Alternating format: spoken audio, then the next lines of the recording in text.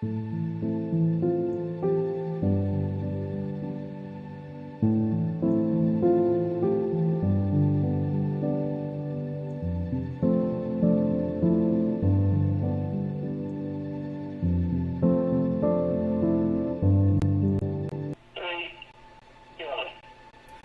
to the Habit Influencer. I'm TJ Walter. Thanks for joining me today.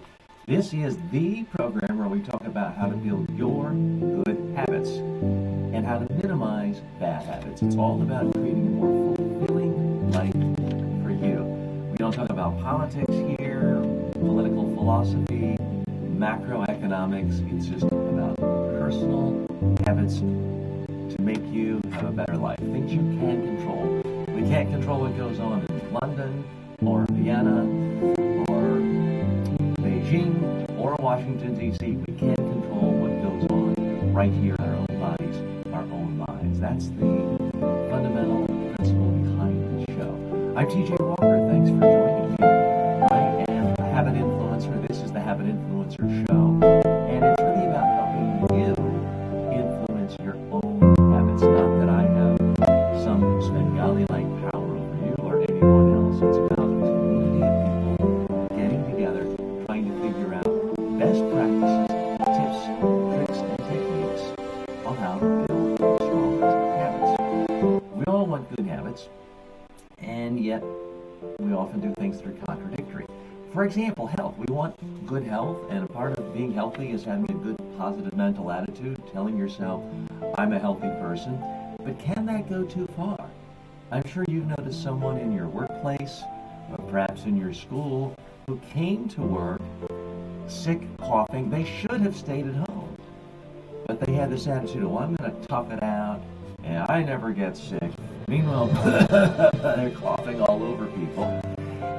That's not ideal. It's always a fine line. Some people are hypochondriacs and tell themselves, well, I'm just sick and poor little me, woe is me, and they spend half their life in doctors. That's clearly not the ideal, but other people refuse to admit they are sick, and it can jeopardize the health of other people. With so many folks worried about the coronavirus spreading around the world, this is of an even greater concern than it is right now. I'm thinking about this issue because I had to make a judgment call today. Do I call in sick or I go to work? Because I have a bit of a cold, you might not be able to tell or care, but my throat is scratchy. It's a little bit hard for me to speak. Now, what's different about me calling in for sick is I do work from home. And anyone I would have contaminated, my wife, my daughter, my mother-in-law, would have already gotten them sick because we do live in the same house.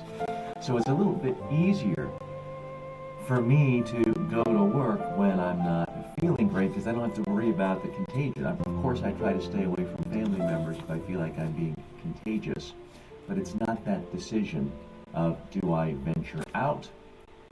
Is it a good habit to be tough, to tell yourself you're resilient and to trod your way through to work? Or is that a bad habit? Should you just take the habit of get back to 100%? Don't jeopardize anything. Get maximum amount of rest.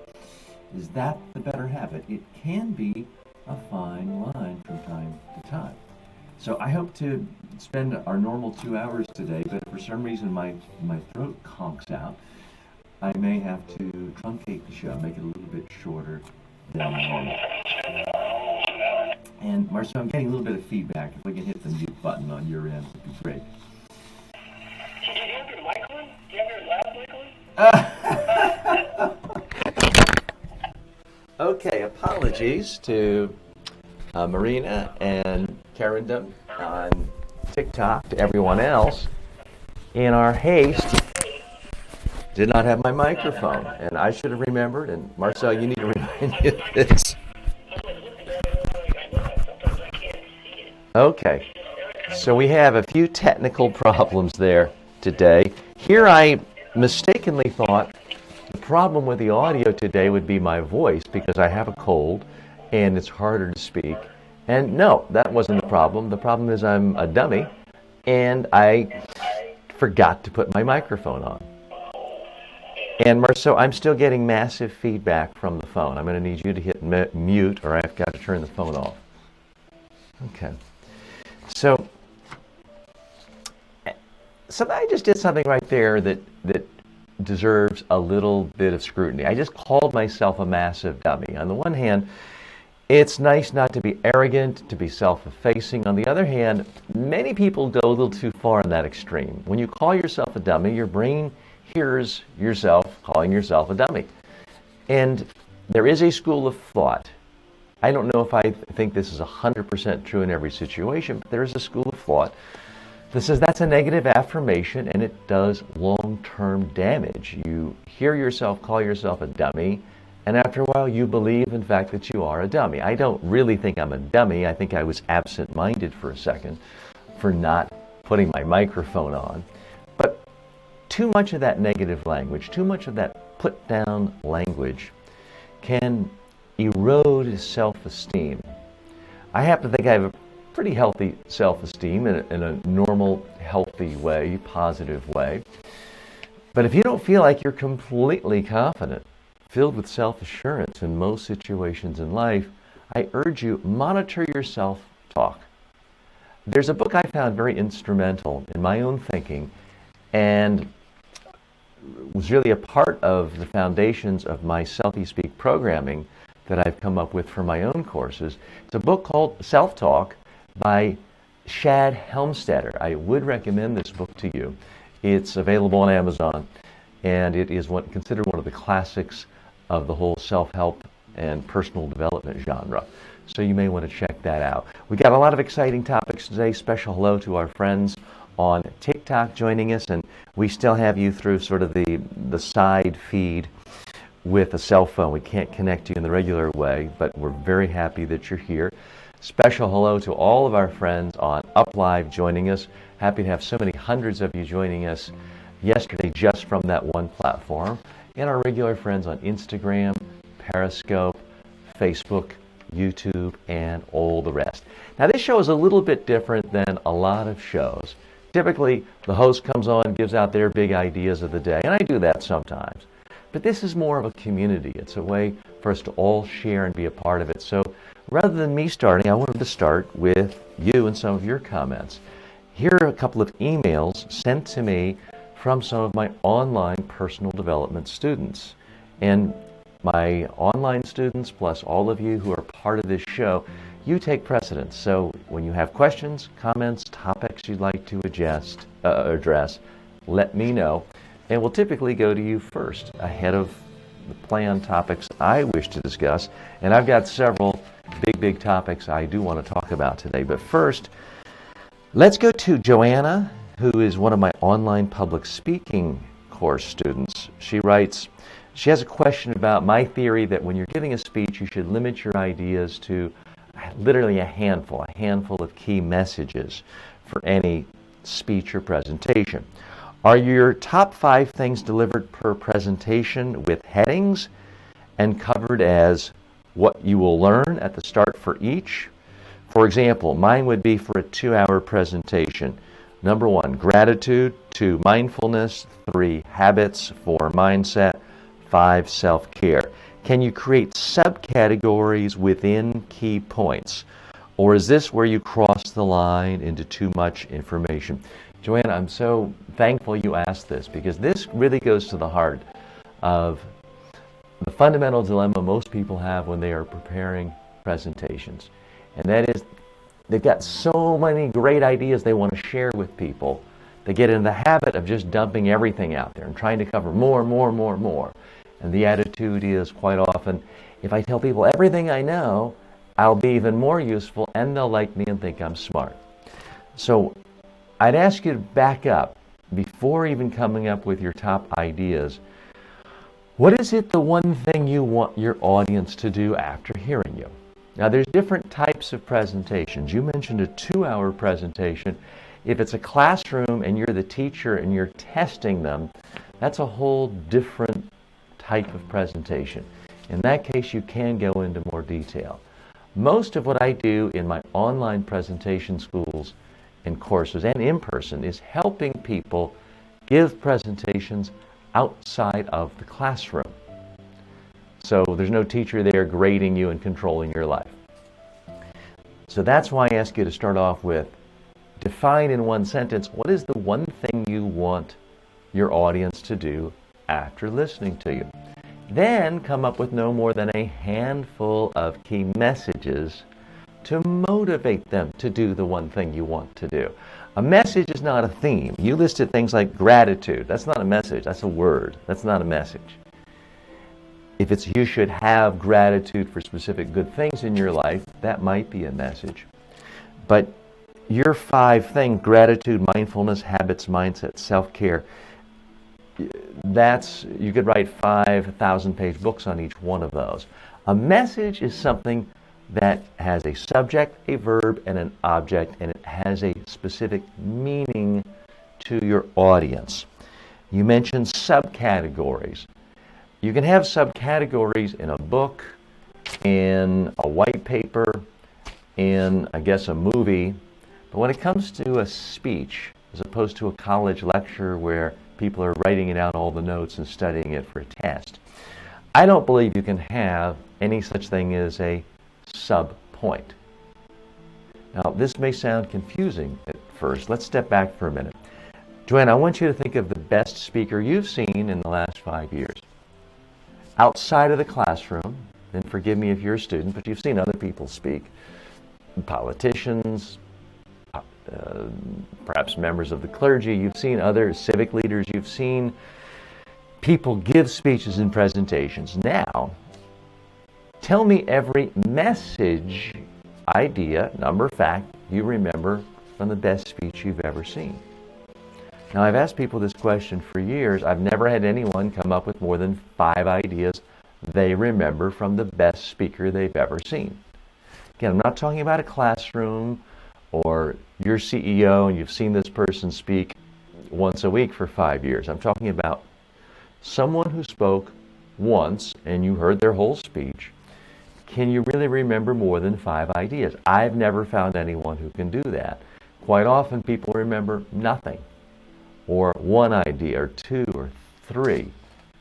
Once every 6 months, somebody remembers 5. So, Joanna, that's why I urge you to really think first and foremost, what do I want my audience to do?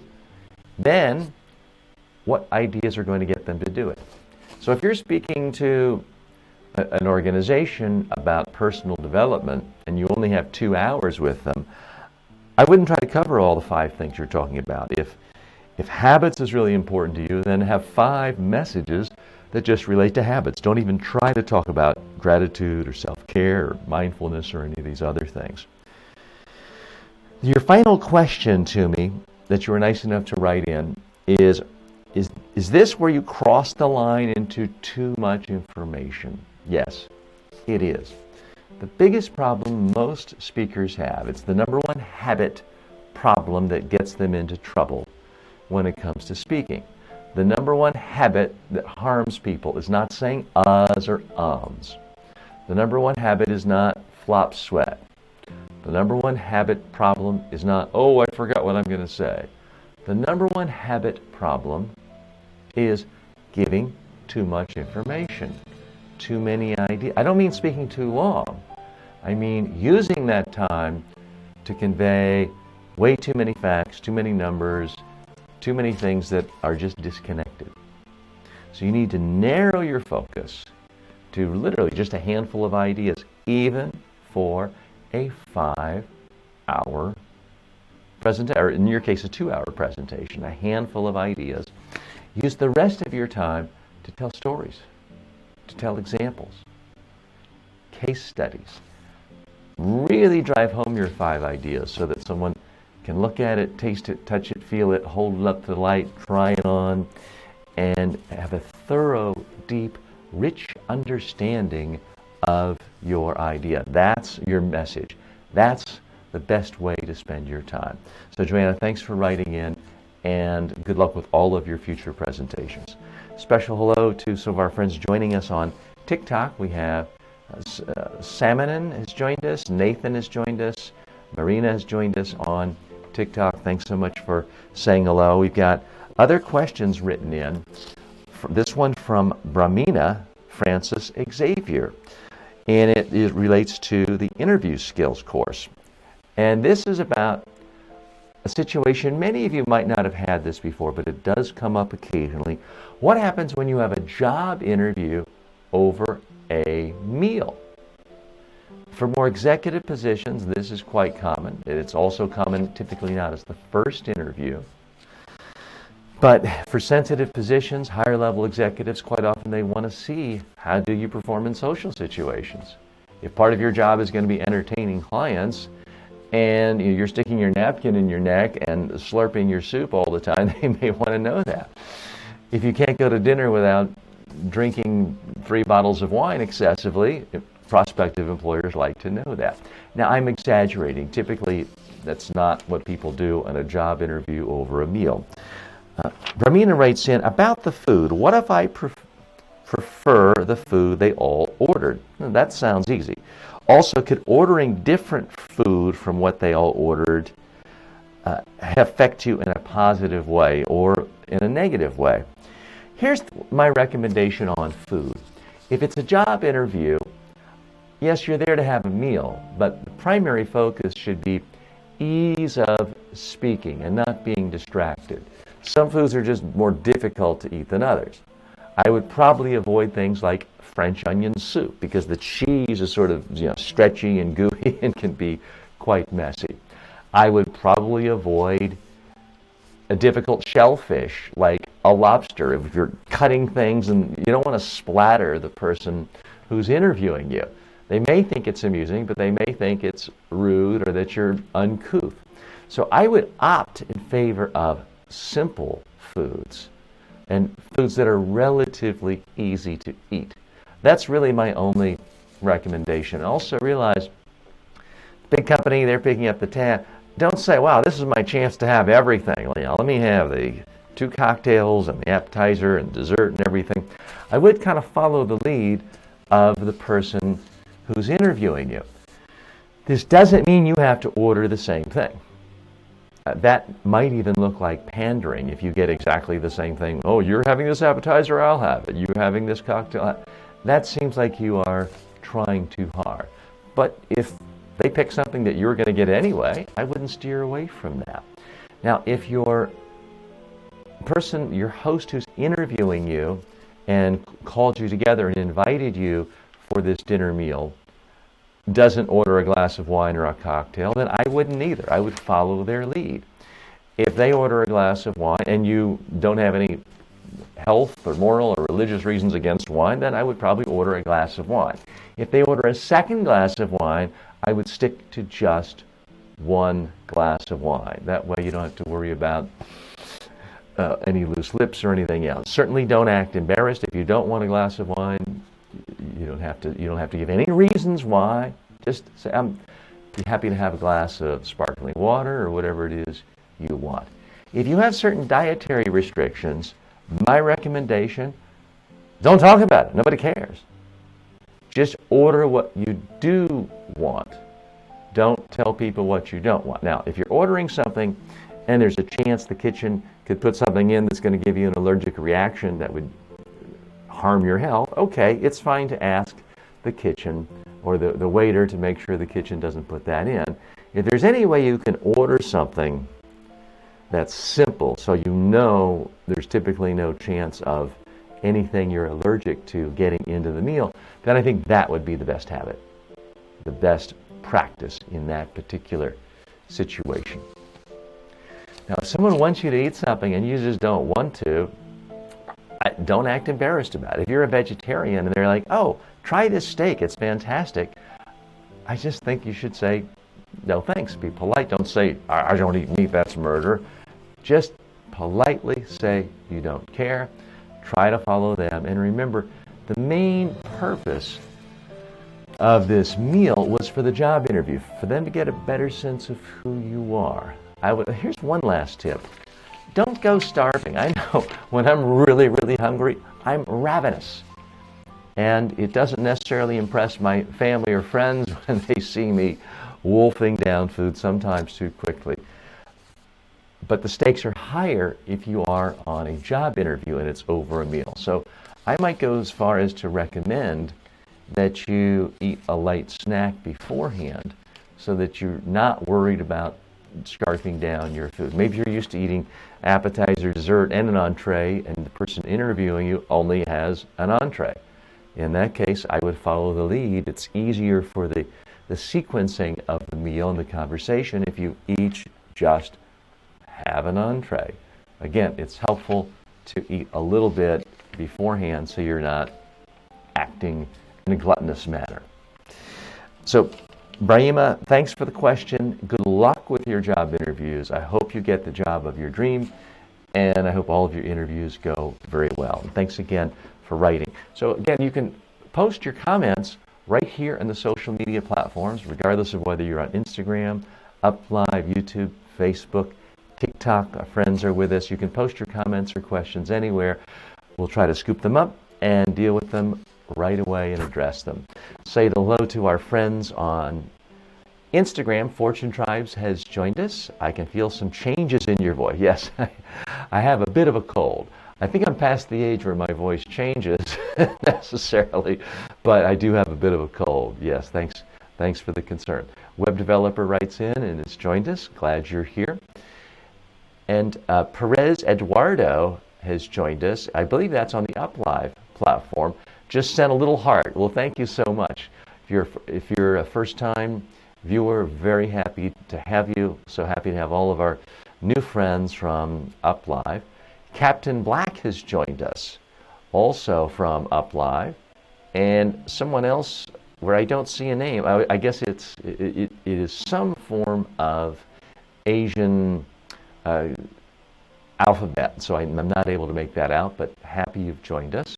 Chantal7379 is with us today on Instagram. RK Shing has joined us. Asma, our good friend in India and one of our top students, and also a top personal development trainer in her own right, has joined us today. Asma, good to see you.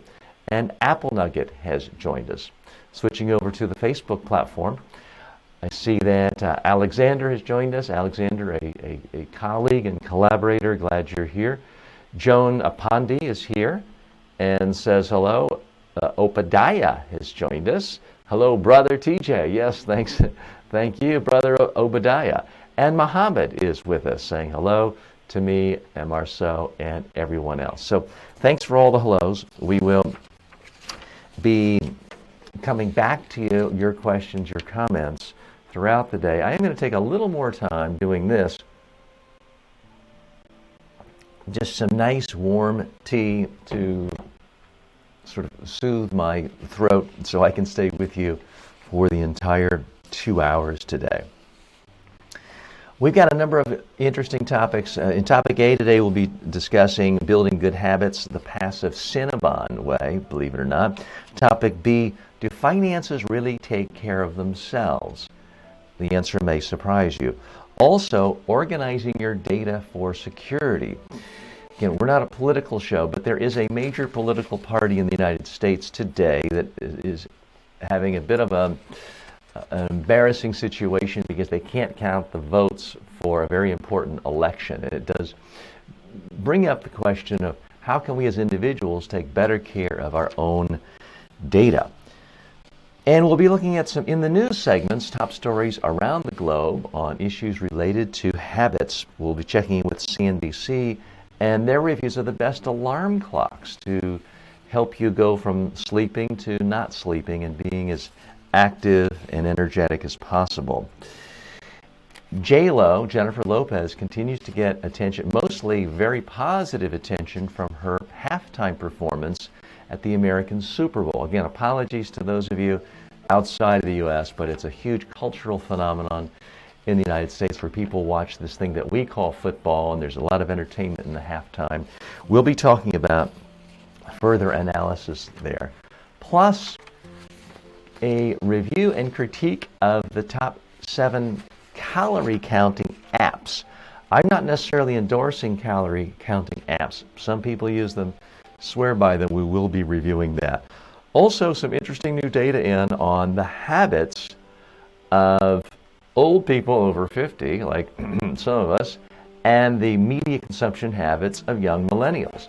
The divide is getting bigger and bigger as far as traditional media consumption versus digital media consumption.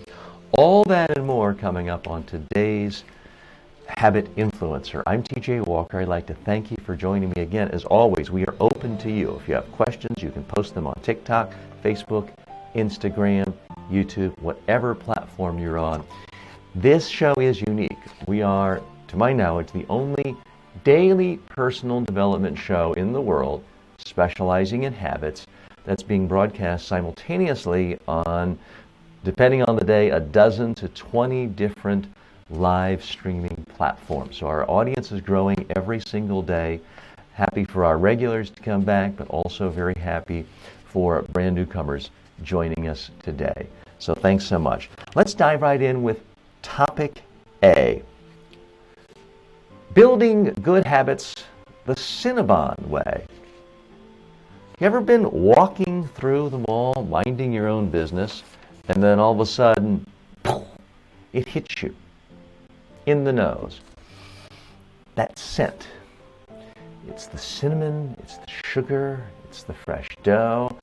And before you know it, you find your feet moving in a new direction. You are walking toward that Cinnabon stand. And if you have tremendous willpower, you keep walking, because you probably realize, as I do, that one of the worst things you could ever put in your body is a Cinnabon. It's nothing but sugar, salt, fat, and the worst kinds of processed carbohydrates with, forget zero nutritional value. It's got, minus about 500% of the recommended daily allowance of anything in a Cinnabon. But it takes willpower to walk past it. Cinnabon wants to motivate you to take an action. It's trying to influence your behavior. Cinnabon is trying to influence your habits. They want to build a habit in you of every time you walk in a mall and you smell them, to go over and buy one. That's their business model. I'm not knocking that. And yes, I've had one before. It's been a number of years, but I've had a Cinnabon. They are tasty. But look at what they do. What Cinnabon is doing when they are trying to motivate your behavior, change your behavior, influence your habits, is they want you to not think. They want you to be passive and to simply react. Cinnabon wants you to become a regular customer. They don't send you affirmations in the mail and say, please repeat the following affirmations. I love Cinnabon. I love Cinnabon. I deserve Cinnabon. Please say this 3 times a day. That's not what Cinnabon does.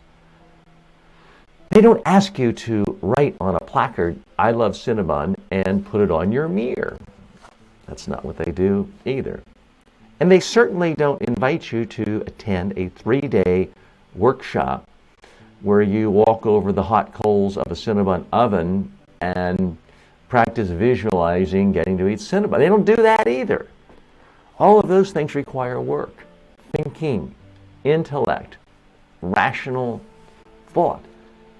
As Cinnabon realizes, that's their enemy. If you stopped and thought about, is this really giving my body the fuel it needs? You would not buy the Cinnabon. If you actually thought about, is this going to make me feel healthier? Is this going to make my waistline improved? Is this going to make me more energetic for working out later? All of those rational thought processes would guide you away from the Cinnabon. And that's not what they want. They want a pure reaction at a gut level, not at head level, not at intellectual level, not a thinking level. But they want you to be passive and just, yes, positive reaction in being in a positive state. So we know that's what really works. There's certainly one technique that does work effectively. My challenge to you is whatever habits you are trying to build in your life, you've got to be just as aggressive at engineering the cues, at engineering these habits so that you can then do it passively without having to think about it. And I realize it's a little bit hard to come up with a smell that's going to instantly motivate you to go to the gym. It's hard to come up with a smell to make you instantly want to read a great book rather than watch trash TV. So I'm not suggesting you have to rely on the olfactory sense. But what I do want you to think about is how can you somehow galvanize action in the part of your body, your hands, your body, whatever body parts you need to do this. How can you organize your body and influence it to do something without having to think? To just make it sort of an automatic response where you're doing it passively. Now, I try to set these things up in my own life on a daily basis, on a regular basis. So I want to meditate every single day. I want to meditate first thing in the morning for 10 minutes. But I want to make it as passive experience as possible.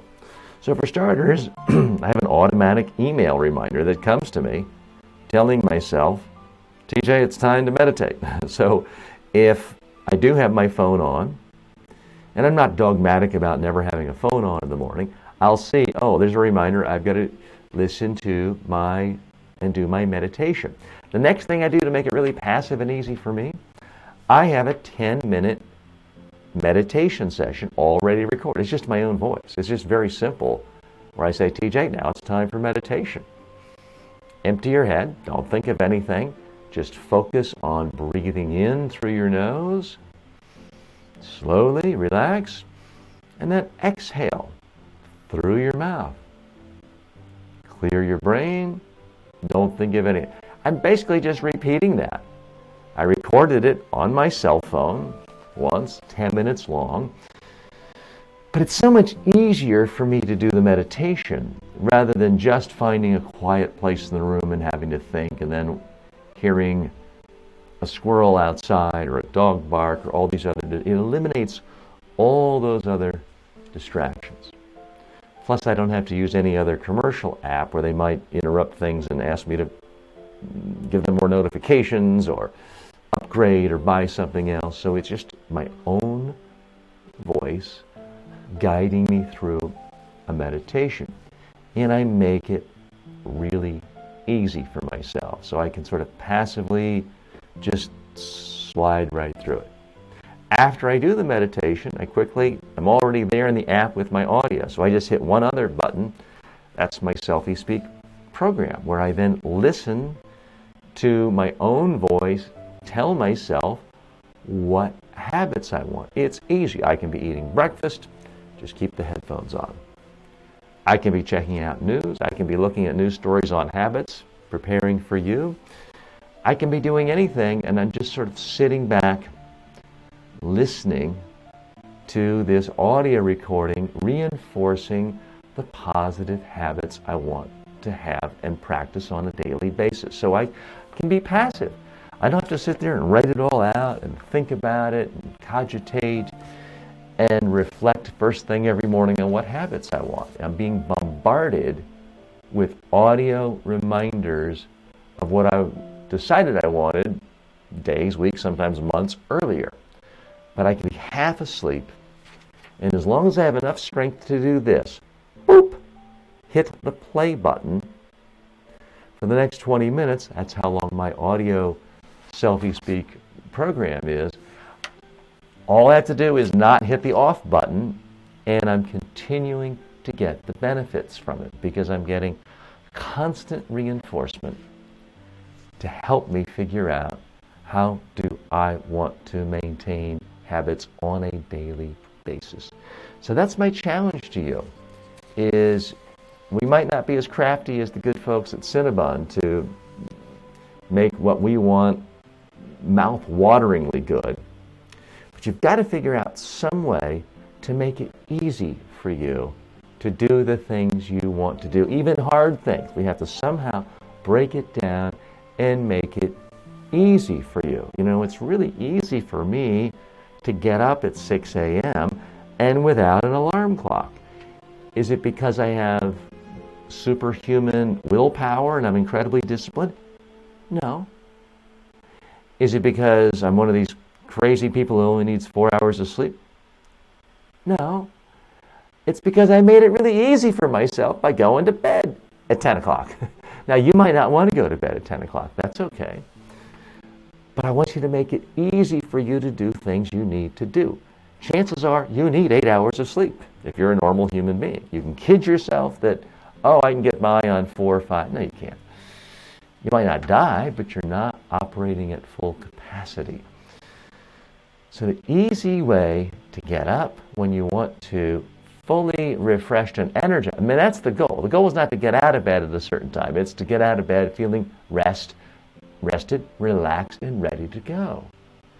Make it easy for yourself in the back end by going to bed 8.5, maybe even 9 hours earlier. You do that, and it will be just as easy, maybe not as tasty, but just as easy as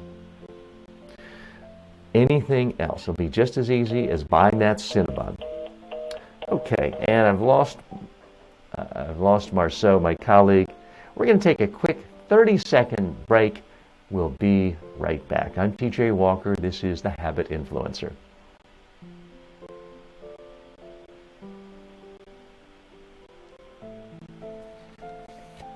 Okay, and Marceau, if you can call me back. And our friends.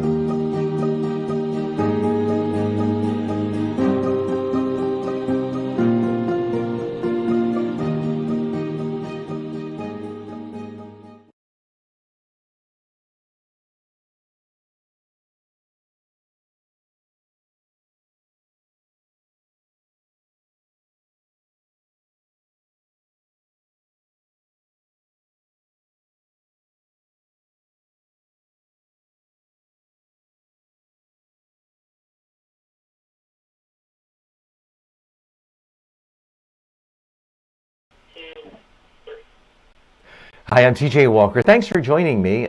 This is The Habit Influencer. This is the program where we talk about building good habits for you individually, as individual. We're not building societal good habits, although one of my operating theories is the more individuals have good habits, the better off any society will be. So there is a societal impact. I want to thank you for joining us. Our good friends on TikTok are with us, and happy to see, looks like Kyle has joined us, Amar, and Bozeman has also joined us, plus Jackson on TikTok. And you're getting the side view today. Sorry about that. A number of good friends joining us on TikTok and also Instagram, plus Facebook. And Tracy has joined us. Good friend Tracy Liu has joined us today. Thanks so much for being a part of the program. Reyes has joined us. Venue. Arson has joined us, plus Benedictus and Ravinda. Always happy to see such a multicultural audience.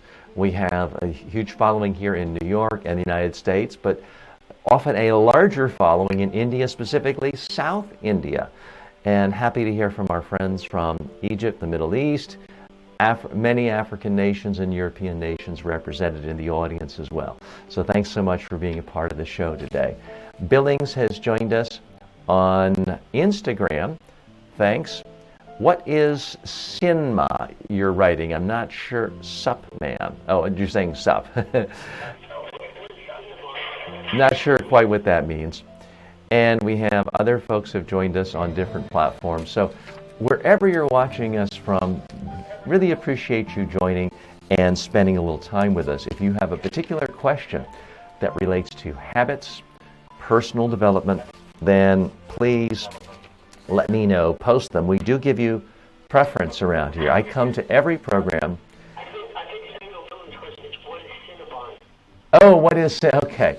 So one of you wrote in reference to a topic I was addressing a little earlier today about Cinnabon. Cinnabon is a corporation. I believe they're based in the United States, although I have seen them in airports and facilities and malls around the world, where they make very tasty cinnamon buns, hence the name Cinnabon.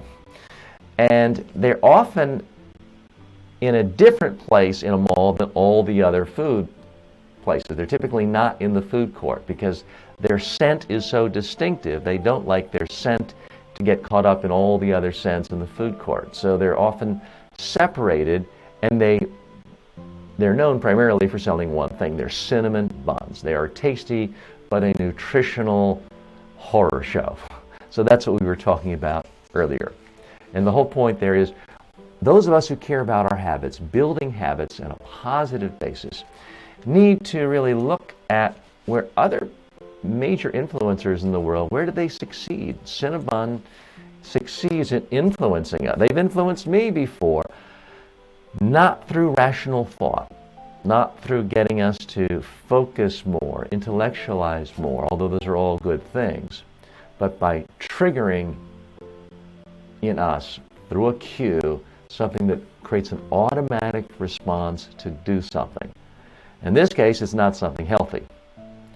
What we have to do as human beings who want to control our own lives is figure out, how do we structure our daily lives? How do we commit to daily habits that make us healthier, that make us happier, that really help us fulfill the goals we want?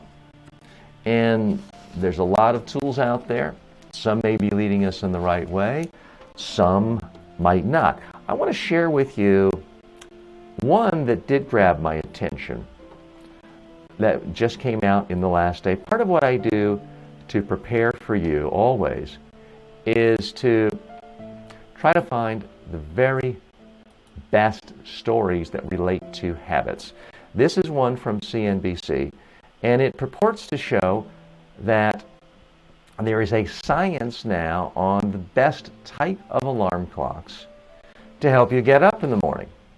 Now, some wildly successful people brag about how early they get up. The CEO of Apple, Tim Cook, supposedly gets up at 4 a.m. The CEO of Twitter, Jack Dorsey, even earlier than that, believe it or not. Former First Lady Michelle Obama allegedly gets up at 4 a.m. I'm not an advocate of that at all. I think that's crazy unless you just happen to wake up at 4 a.m. But there's been some new research done, and there was a study published, and CNBC has amplified it. But Stuart McFarlane was the lead researcher.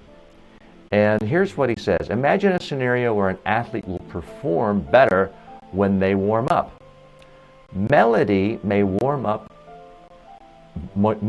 our brains up more effectively for the day's activities rather than being shocked into action. So that's the theory, that you shouldn't have the It's too jarring, it's too annoying, and it doesn't really help.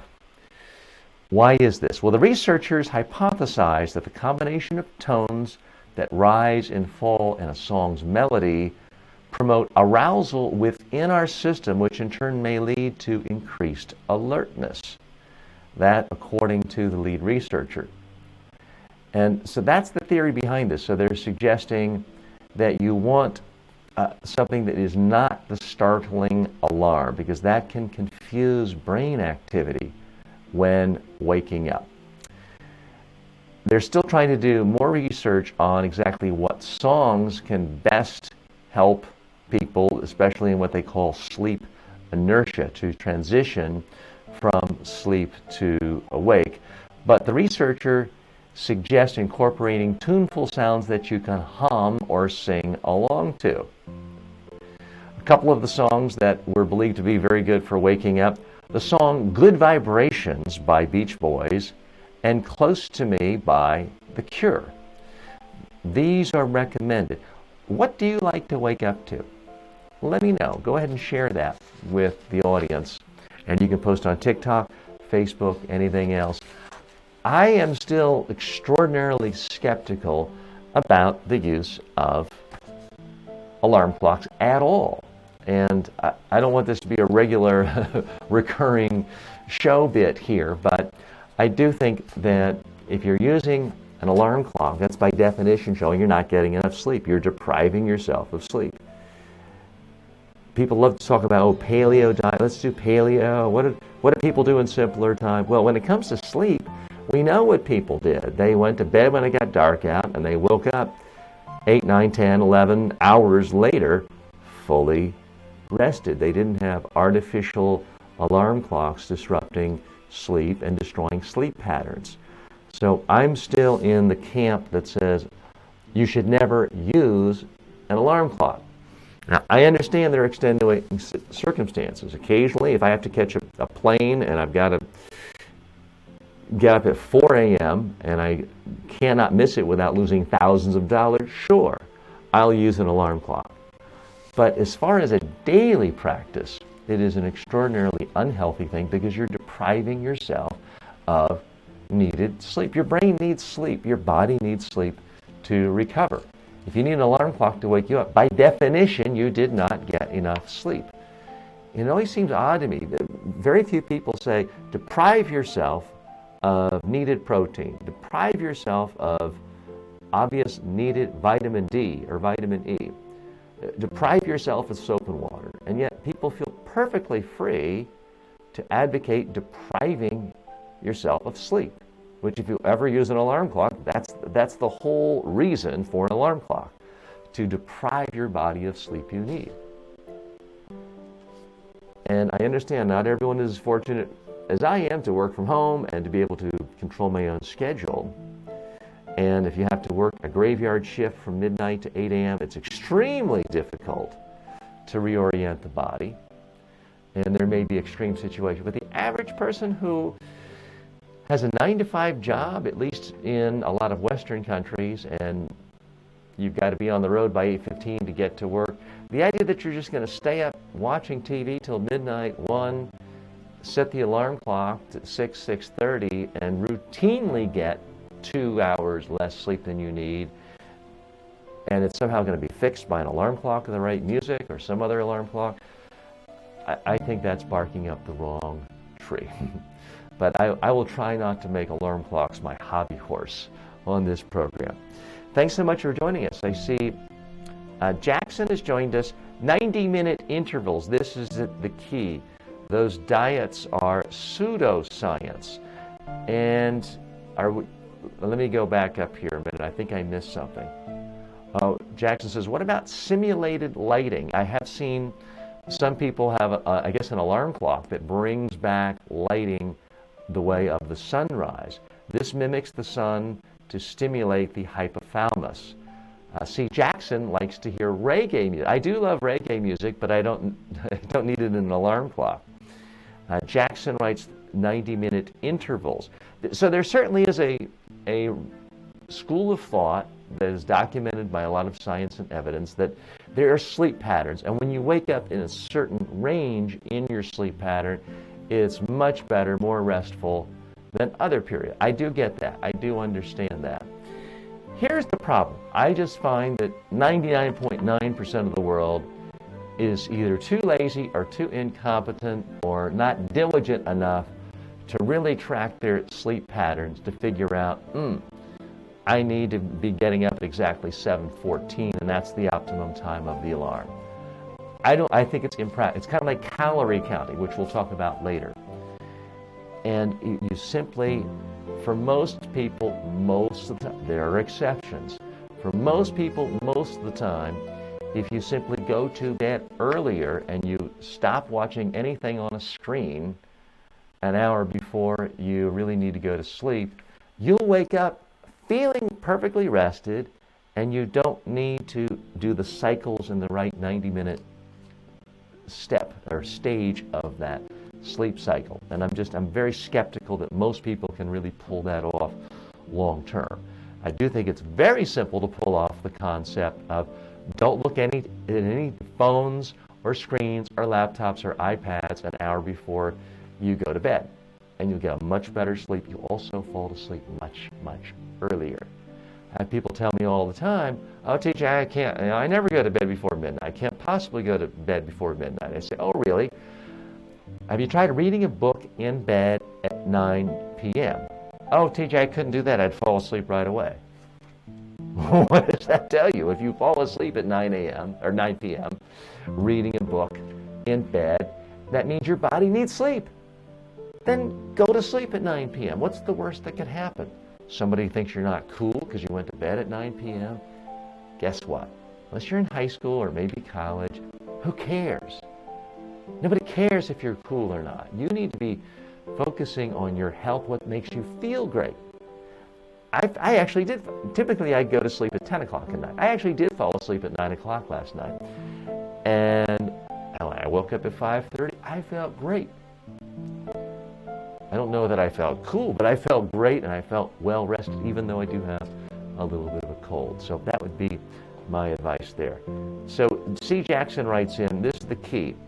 Those diets are pseudoscience. I don't know if you're talking about the diet of a particular prescription for music on an alarm clock or the lighting, if you're talking about back to the food. And S. Carlos Garcia says, what about the deep sleep cycle? Thanks. So, yes, there is a lot of scientific research on sleep cycles. And we go through REM stage, other stages of sleep, and it is better for you to wake up at a certain point. So if you had your own team of sleep scientists monitoring you all the time, in theory it would be better to wake up at a set time in a set part of your cycle. But again, I just find it's too complicated. Part of the test I have for any habit in your life is it easy? Is it simple? Is it fun? And does it give you some reward pretty quickly? If you can't say yes to most of those, it's not going to happen. That's my problem with trying to wake yourself up at an exact time, is it gets too complicated and people don't do it. And the next thing you know, you're just back to that alarm clock at 7 a.m. and hitting snooze buttons for an hour and being incredibly unrested.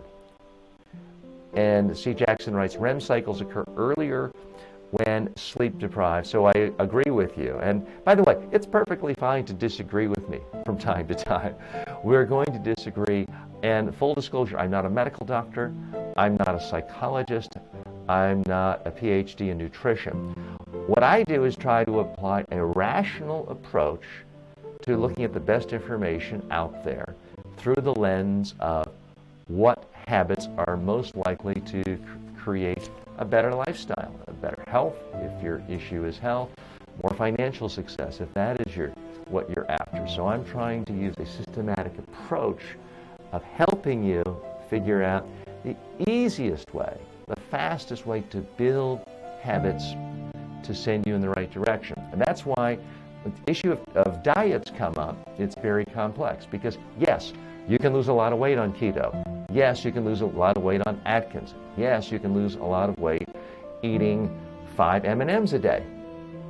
The problem is they're not easy to maintain. That's the element I should have mentioned earlier. Not only should a habit be easy, it should be sustainable. If you can't sustain it in the long run, what good is it?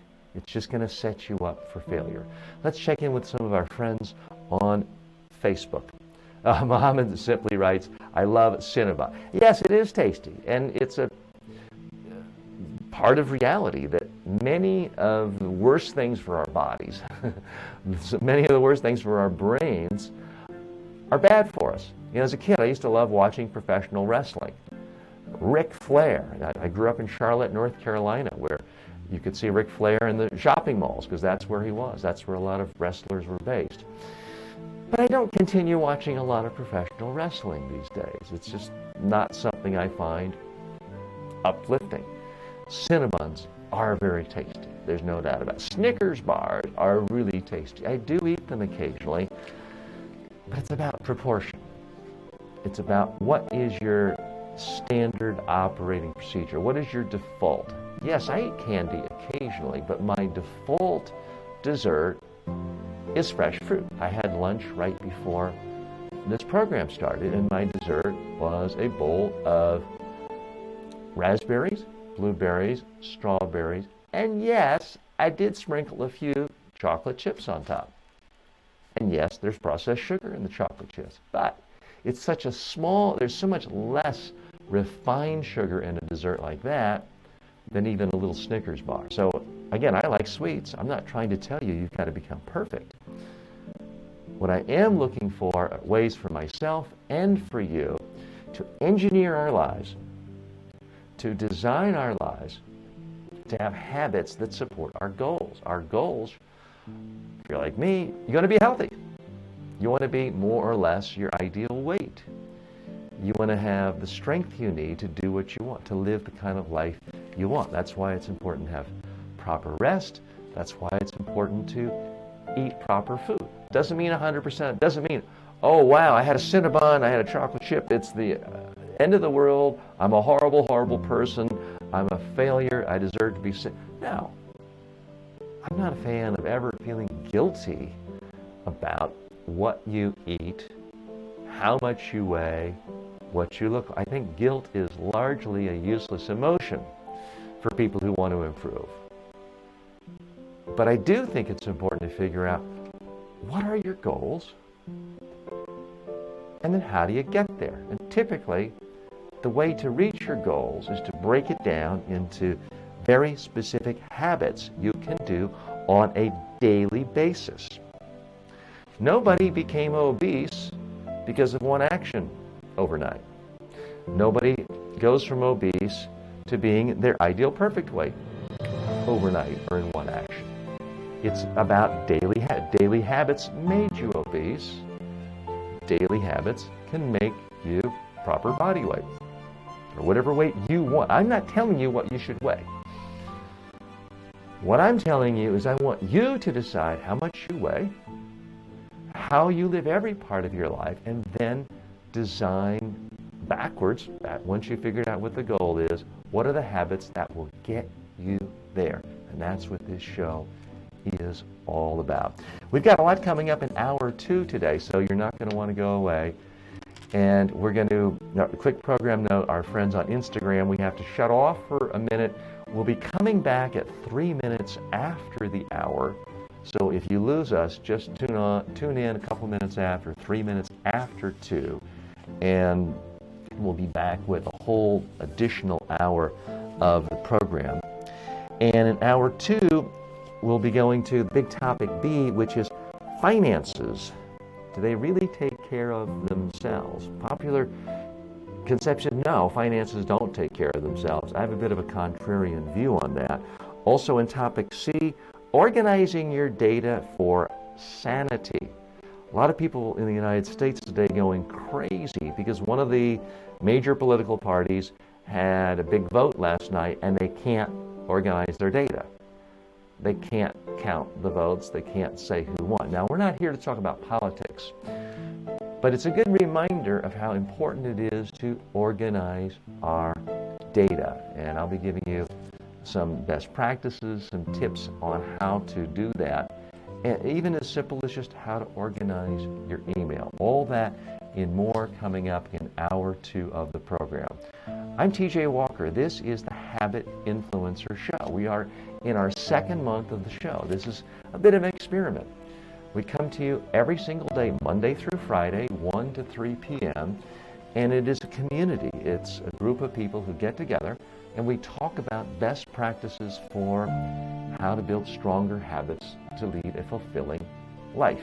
We're not about any political party or any religion or anything. You can be anywhere you want, because I believe all human beings have a fundamental interest in having more control over their own lives and of leading fulfilling lives on their terms. That's what I want, is for you to live life on your own terms. So that's what we're about. And it's a free forum, so you can participate. You can text comments on Instagram, on TikTok, on Facebook, on YouTube, anywhere and everywhere. And forgive me, I think I've unfortunately ignored a couple of our friends on TikTok.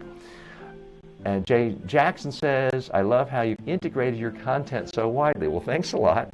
What I found is habits really affect everything. You can break almost any part of life down, whether it's good speaking, good media skills, down to habits. It's Michael here has joined us, Poppy has joined us, and C. Jackson, again, nice comments. You're doing a good work, my friend. Well, C. Jackson, thanks so much. Appreciate friends like you being a part of this. And TikTok Bimbo has joined. Interesting name. Thanks so much for that. It is the top of the hour. We'll be back in about 3 minutes, at 3 minutes past the hour for hour 2 of The Habit Influencer. I'm TJ Walker. See you then.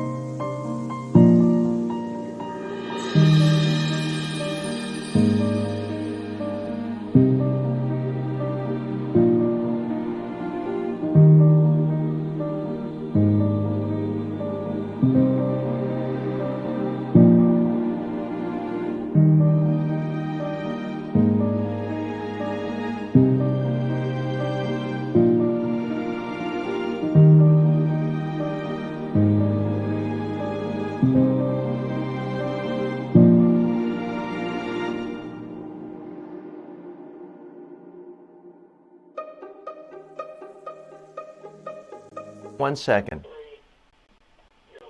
Okay. Hi, I'm TJ Walker. Welcome back to The Habit Influencer, Hour 2. So happy you could be with us. A lot of top news stories that relate to habits, plus your calls, your comments. When I say calls, you can record yourself on video and just post it on our Facebook page. If you are watching from another format, you can always just go to facebook.com and type in TJ Walker Personal Development. One of the advantages of going to the Facebook page is there's a lot of freebies and a lot of extras that are posted there. In fact, just yesterday I posted, and it's still good today, a link to a discount on one of our new online courses. So if you're at all interested in personal development courses, you can often get free passes for courses that have just come out, and you're sort of my test group. So that's a reason to head on over to the Facebook page, TJ Walker Personal Development, even if you prefer watching on TikTok or UpLive or any other format. Special hello to our friends joining us on TikTok. And Jackson writes, by process, I mean how you curate, how you develop content like this, because you really are onto something. Well, I hope so. And Jackson, here's my theory. I mean, there are tons of great personal development books in the world. There are tons of great books just on habits. I love The Power of Habit by Charles Duhigg, New York Times writer, but he's off busy writing New York Times columns all the time. And I love Atomic Habits by James Clear. He is fantastic, but other than an occasional podcast or seeing him on TV, you don't really get to ask him questions on a daily basis. Stephen Guise is another great expert on habits. In fact, I just got his latest book last night and started the first 10 pages, Elastic Habits. He's fantastic, but then again, other than an occasional guest appearance on a podcast, I don't see these other experts on habits doing something like this where they can be a part of a real conversation in real time with real people about habits in their daily lives. So that's what I'm trying to do a little differently here. I don't know if I'm the best at it in the whole world, but at the moment I seem to be the only one doing it. So it's always good to pick a sphere where you have little competition. That's essentially what I'm trying to do. Hello also to YKTV. Maddock has joined us. More friends have joined us on Instagram and Snapchat, Periscope, Twitch, Mix, and a whole lot of other sites. So happy all of you are with us. I wanted to hop right into the news at the beginning of this segment. There's a story out on Campaign Live. It's a European news website, and then they look at the news consumption habits of generations. Here's the interesting thing. In 2015, the difference between older people, and they're defining that as 55 years and older, versus younger people, 16 to 34, were not that different. So, for example, in 2015, for adults who were over 55, 42% of their media consumption was digital, online publications, podcasts, things like that. 58% was non-digital, traditional newspapers, things like that. Now, in 2019, it's 50-50. So it has moved more towards the digital. It's gone from 42% digital to 50%. But things are a little bit different when it comes to younger people, age 16 through 34. So in 2015, it was still, even 5 years ago, a majority digital daily habits when it came to media consumption. 59% of media consumption of younger people, these were millennials plus a few years, they had a 59% digital media consumption, 41% non-digital, things like paper books and newspapers. But in 2019, the digital has grown to 73%. The non-digital is only 27%. So it's now 27% non-digital for younger people, whereas for older people in my generation, it's still 50% who are consuming non-digital media. What are the implications for this? Well, in the political world, it's very clear that it's much, much harder for politicians to speak the truth, to get the truth out. For politicians willing to lie, it's much easier because lies spread like crazy on social media. The bigger lie, the better lie, often the more effective it is. Again, we're not here to talk about politics or any one party or certainly any one candidate. But there's also, in the last 5 years, as the media world has shifted from traditional media with hierarchies and traditional forms of journalism to the free-for-all of digital, there's been massive changes in the political scene around the world, not just the United States, but in many democracies around the world. Vast changes of power and things that previously many thought could not have happened. It's being enabled by different type of media and different types of media consumption, because especially young people under the ages of 34 years old quite often have never even read an editorial page of a major newspaper. I'm not saying in and of itself that's a bad thing. There's a lot of bad editorial pages in the world. But it's never been easier to only hear what you want to hear and to only hear information that reaffirms what you want to believe. This, I think, is is troubling not only for democracy, but it's also troubling from the standpoint of personal development, those of us who want to build habits, because what we're seeing now, especially as it relates to diets, with some of you on TikTok and others were commenting on various diets, we've seen conversations about diets sort of mimic conversations that have happened around politics. You have tribes of people who are so passionate. Of course, you have to go keto, and anyone who doesn't do keto is killing themselves, basically. And you have other people equally as passionate. And the truth is, there's a lot of different scientific information out there that is contradictory. And it's easy if you decide you only want to do the Tim Ferriss diet, or you only want to do the Mediterranean diet, or you only want to do the paleo diet.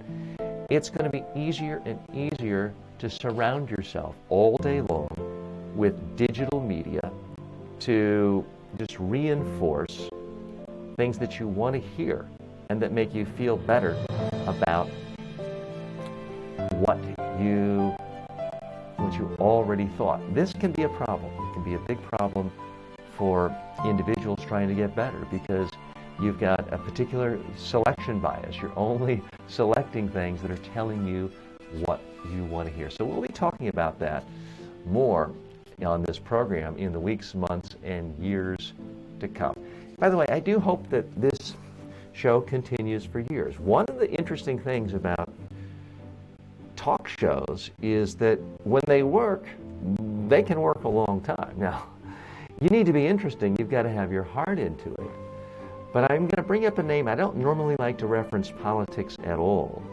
But there is a host, a well-known American, forgive me for those of you outside of the country, U.S., because most of you are not in the U.S. There's a very, very famous political talk show host in America by the name of Rush Limbaugh. Now, he's highly polarizing. And truth be told, I don't like to get into politics here, but he and I don't really share the same politics. But I do admire his work ethic in the sense that he has done a daily 3-hour radio show now for about 31 years. And interestingly, one of his first initial stations when he started syndicating live in 1987, I guess it's about 33 years now he's been on, and was one of his initial stations was a tiny station in Tallahassee, Florida, where I happened to be a host. And I was making the princely sum of $5 a day hosting a 1-hour political talk show. Things turned out a little better for him. He's now made billions of dollars. He's in the news this week. He's announced that he has advanced lung cancer and is going to have to take some time away from his show, but is stressed he's not retiring. And that is one of the things I find interesting about talk show hosts, is once they have a show and they like it and they have a relationship with their audience, they don't ever retire. John McLaughlin, another American political talk show host, died just a couple of years ago, and he had broadcast a show on Sunday and he died like on a Wednesday. He was on the air till the very, and he was about that many days away from turning 90. Pat Robertson, another very famous American talk show host and broadcaster, also of the political and religious right, has been doing a show almost daily since 1960.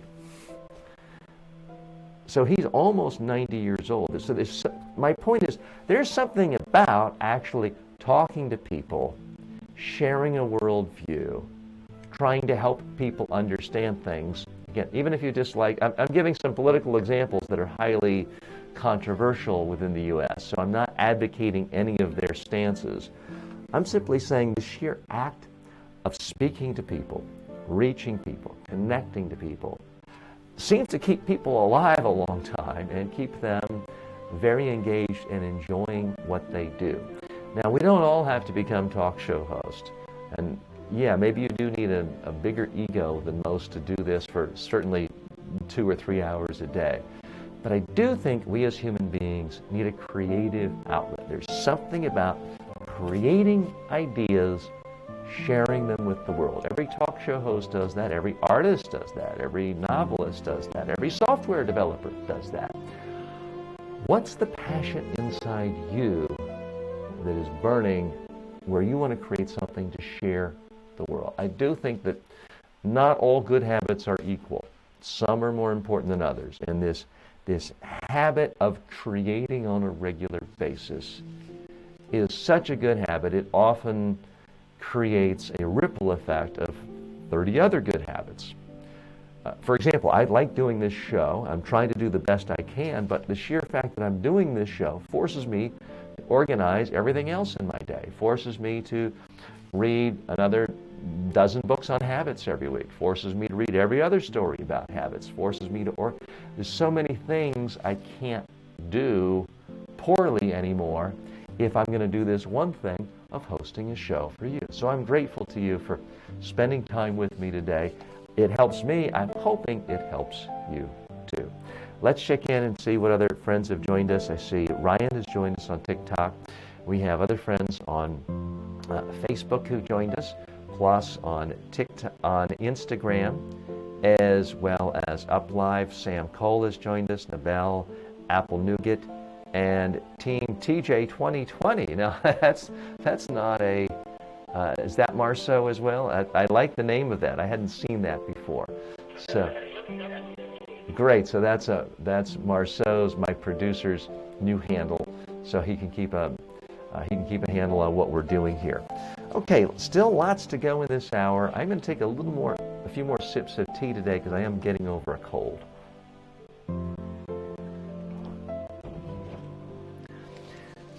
Topic B. Do finances really take care of themselves? You've probably heard for years, you've got to manage your money, you've got to manage your money. Money doesn't manage itself. You'll simply lose all your money. And if you don't watch every single penny, you'll end up in the poorhouse. Your parents may have told you that. Other financial experts have told you that. And certainly it is easy to lose money. And it is easy to go in debt, especially with credit cards given out like candy these days to almost any citizen with a pulse and an address. It's easy to run up massive amounts of debt. But I did something just earlier today I wanted to share with you. Periodically, I completely redo my daily Selfie Speak program. That's the audio where I tell myself what habits I want to have. And I record it once every few months, and then I listen to it every day. So this time I organized my Selfie Speak program according to the 7 spheres of life where you have significant habits. As I organized these, self-control, agency over yourself, that's the first sort of overriding sphere of life that involves your habits. The second one is health. The third, love, friendship, relationships with people. The fourth, lifelong learning. These are all major spheres of life where you have to have daily habits to support them, to make them all work. The fifth one, creation. Creating, demonstrating your purpose in life to others. That is what I think is the fifth great sphere of life where you need habits. The sixth one, leisure. What you do for fun, what you do to relax. That's the sixth one. The seventh habit, wealth, finances. And I put it there as the seventh one, not because I think it's unimportant. If I didn't have any money, the other 6 categories would all be in worse shape. Without money, I wouldn't be able to eat healthy food. Without money, I wouldn't be able to create things like online courses because I wouldn't be able to afford this studio and camera. So money is critically important. It fuels all the others. But when I found out I put these things in hierarchy, it just naturally came in 7th place. The first place was self-control. If you can't control yourself, your own schedule, your own agenda, your own ability to control your body, nothing else really matters. So that one was obvious first place. The second one, health, to me it's obvious because you ask people about habits, the first thing they think of typically is, do you exercise, do you eat right, those habits? Because if you're feeling pain it's hard to do anything else well in life. If your health is so bad you die, well, then everything else is obviously completely irrelevant. So I outlined this for those of you who were able to tune into last Thursday's show in some detail. And we'll be reposting that segment very soon if you really want to get a sense of my overall philosophy of the 7 habit spheres of life. But here's what I found out this morning. I went through my list of every single habit I do on a daily basis. And I have about 100 of them. These are a checklist I keep right here on my cell phone. And what I did is I cut and pasted I just somehow hit the Siri button on my iPad. Excuse me for that. So what I did was I looked at every single daily habit I have. And so I wrote down things like, for number 1, in my self-control agency, I wrote specific things down, like listen to my selfie-speak audio every day. That's one of those things written down. Empty my email box every day by the end of the day. Specific actions, daily habits. So that's what I have for example 1. For sphere 2, the health, I have things like get 8 hours of sleep. Drink a large glass of water every day when I wake up. Have no more than 1 cup of coffee. I do 20 jumping jacks every morning. Now, I'm saying these not because I'm telling you these are the perfect things to do and you need to do them. I'm just giving you examples of specific habits I have in my... And who knows, if there's enough interest, I may share with you this whole list. These are the 100 habits I do every single day. My category for love, friendships, and relationships. I have things like have dinner with my entire family every night. It's just a daily habit. Lifelong learning. I read a book a day. I listen to an audio book a day. I read abridged ebooks every single day. So those are things. And then the creating. I have very specific creation habits on a daily basis. I write 500 words a day about habits. Some of those I use for segments here, some for books, some for online courses. I write a question a day. I write a poem a day, an aphorism a day, a habit tip a day. I have very specific goals. Leisure goals. Leisure, pleasure, and relaxation. I meditate for just 10 minutes a day. I try to read 1 joke a day. It only takes about 5 seconds.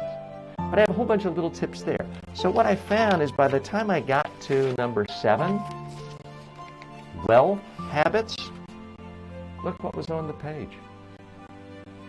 Absolutely nothing other than the category. Now, what I conclude from that is not that you can't have certain good financial habits. Of course, there are good financial habits like pay cash. Don't go into debt for anything other than perhaps a small mortgage or education. And even education is dubious these days. Don't spend more than you have. Live within your means. Upgrade. And there's a lot of different, in general, habits you can have over the course of a month or for a year.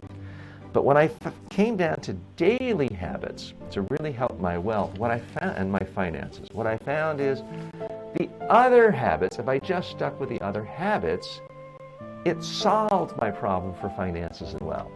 Because if I'm creating on a daily basis, then I'm making more money for my online courses. If I'm doing things like reading books and going to bed at a reasonable hour, I'm not out spending a fortune out on the town. If I'm constantly trying to build my mind, then I'm not spending a fortune on the casino down the road. There is a casino several exits away from me in Long Island. I've never been to it. I'm not opposed to casinos. I'm not trying to shut them down.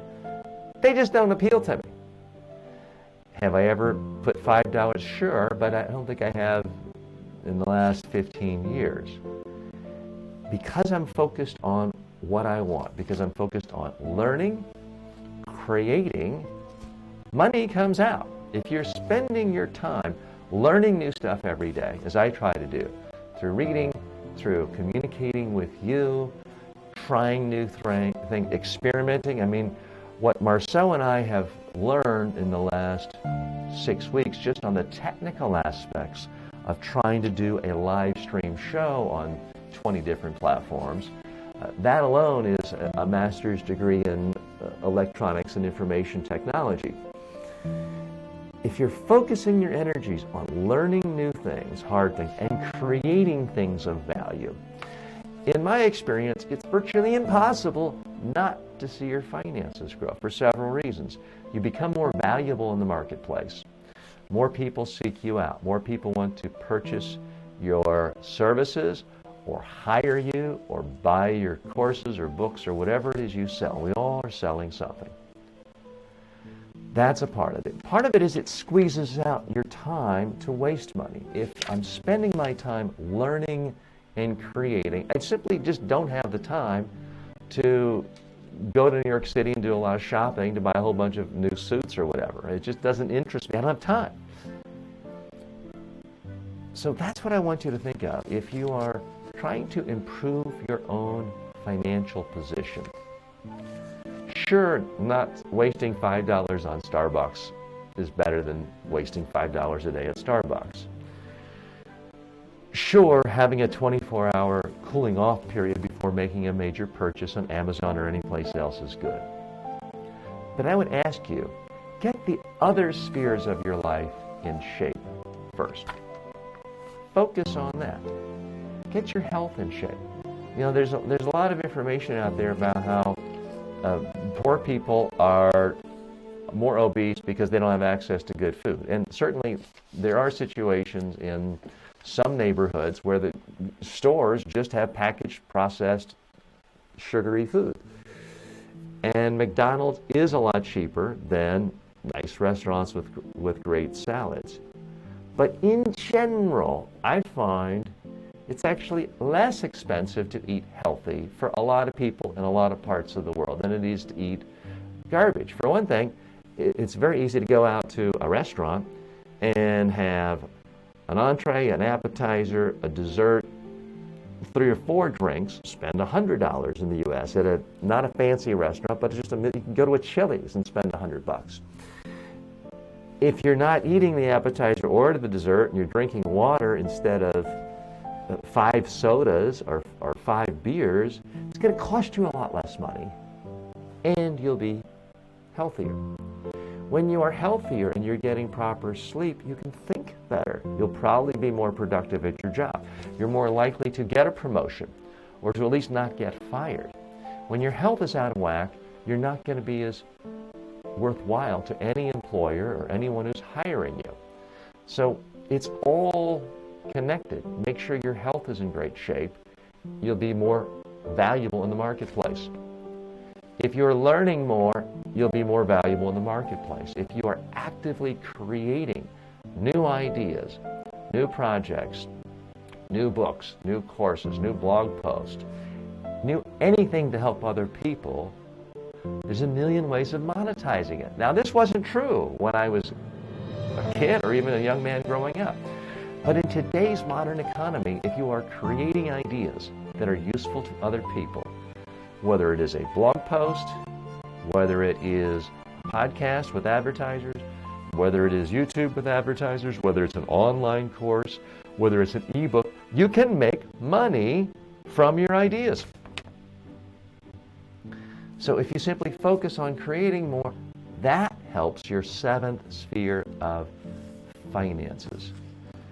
So that's what I want you to think about. If your finances are not where you want to be, if you don't have the money you need and want to live the lifestyle you want, maybe it's not just about getting that magic stock tip.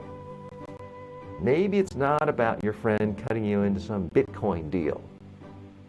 Maybe it's about you focusing on these other 6 spheres of life. Make sure you're really healthy. Make sure you can control your own schedule and your own agenda and your own daily habits. Make sure you're healthy. Make sure you are learning new skills every day. I have friends who bemoan the fact that they're not as rich as some of their relatives and other friends, and yet the only thing they spend time learning are the new sports scores from a football or basketball or hockey game last night. Why would anyone pay them more money for their profession or whatever they do when they're just learning trivial information? And if you like sports, that's fine, but that can't be the only thing you put as new information in your brain. Be a lifelong learner. But don't stop there. Don't just learn. Don't just be the eternal student. Take that learning and make something useful to other people. If you do that, your finances will, in fact, magically solve themselves. That is topic C. So if you care to dissent, I don't mean to make it sound like it's easy. And believe me, I'm not selling, for $19, I guarantee you this program's going to make you fabulously well. No, it's not that simple. It's about daily habits over a period of weeks, months, years, decades. And it involves things like, when you meditate and think about your own life and your own values, you're much less likely to want to make purchases just to be like everyone else. The other day we had some friends over and they have a fabulous brand new Tesla, and the wings go up and down and they make all kinds of music, and it was a beautiful car. And in fact, I had other friends at a party and they had a Tesla. And I thought, wow, if I were like a lot of people, I would say to myself, I gotta have a Tesla. And they do look like nice cars. But here's the thing. I'm not a car person. I don't really care about Teslas or any other car. Therefore, I don't have to buy that car. I just saved myself $40,000 or $100,000. You've got to live your life for you. Now, you may want a Tesla. Go out and make the money to buy it. That's perfectly fine. I'm not preaching anti-capitalism or anti-materialism. But where people get themselves into trouble is not having a clear identity of, here's who I am as an expert. Here's who I am as a creator. Instead, it's, I'm just sort of an average person going with the flow, so I have to distinguish myself by buying fancy things to impress others. That's what gets people into financial trouble. I'm TJ Walker. Thanks for joining me. We have still fun to come. We're in our final half hour of the program. Today, this is live, it is Tuesday, February 4th, 2020. We are in our 5th full week of daily broadcast here at The Habit Influencer. Let's check in with a few of our friends on Facebook. Peggy writes, one of our regulars and also an expert trainer and personal development leader in her own right. Peggy Bell has joined us. And she's missed the first half of the show. Well, that's okay. We appreciate every day you can stop by, and any part of time you can spend with us is much appreciated. Doctor's appointment, we're not going to require a note, but I do take your word for it. I should perhaps be at the doctor myself since I have a little bit of a cold, but I think it's a minor thing, and I'll be back to normal tomorrow. And also checking in, we have, I think we had perhaps a friend or two joining. Marceau responded to Peggy there. Great. And we have a number of friends. Okay. And we have a whole lot of friends on Upstream joining us, and Instagram, TikTok, and many other places. Marceau, I'm getting the echo. If you could hit the mute button, that would be fantastic. A lot of other stories grabbed my attention in the last day about that relate to habits. One in particular that did catch my attention relates to body image specifically.